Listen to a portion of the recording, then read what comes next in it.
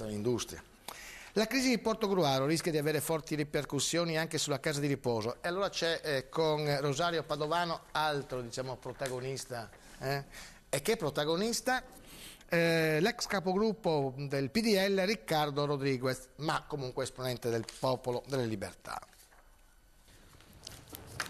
Grazie, prendiamo la linea dal Veneto dove abbiamo invitato Riccardo Rodriguez, ex capogruppo del PDL in Consiglio Comunale a Portogruaro. È tornato dopo anni nel Consiglio Comunale e dopo qualche ora vi siete subito dimessi, quindi la sua esperienza è durata poco. È stata breve ma bellissima, nel senso che era l'unico percorso credibile che dovevamo attuare, l'abbiamo attuato, non ce ne pentiamo. Io questa mattina sono stato a colloquio con il commissario prefettizio, al quale ho posto una questione secondo me urgente, quella di verificare quali poteri ha il Consiglio di amministrazione illegittimo, secondo me, secondo noi del PDL, che l'ex sindaco Bertoncello ha nominato alla casa di riposo. Cioè la casa di riposo per voi non va bene, Roberto Zannin non è il presidente che voi volete?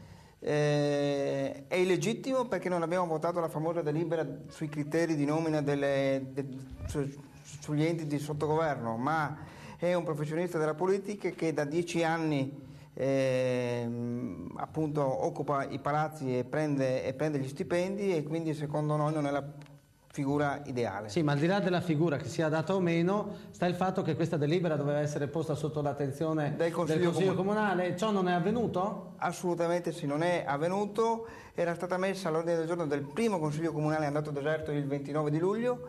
Guarda caso, come il mago Zurlì,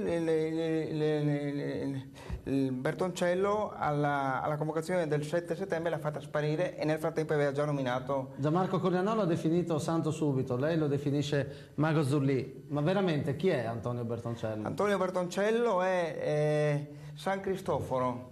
Ah, addirittura. Sa chi era San Cristoforo? Sì. Quel santo pieno di spine che si lamentava sempre, no? Beh, San Cristoforo è il santo di spine, poi c'è anche San Sebastiano che invece veniva colpito dalle frecce, ma non mi sembra il caso. Forse. No, ma insomma, però credo che di frecce velenose da parte nostra ne avrà parecchie, Bertoncello, visto che si è abituato in quello sport dei ricorsi, come quello ultimo fatto nei confronti del commissario. Però per voi c'è il rischio che Bertoncello possa tornare nella successiva tornata elettorale e stravincere come ha fatto Geromino a Concordia?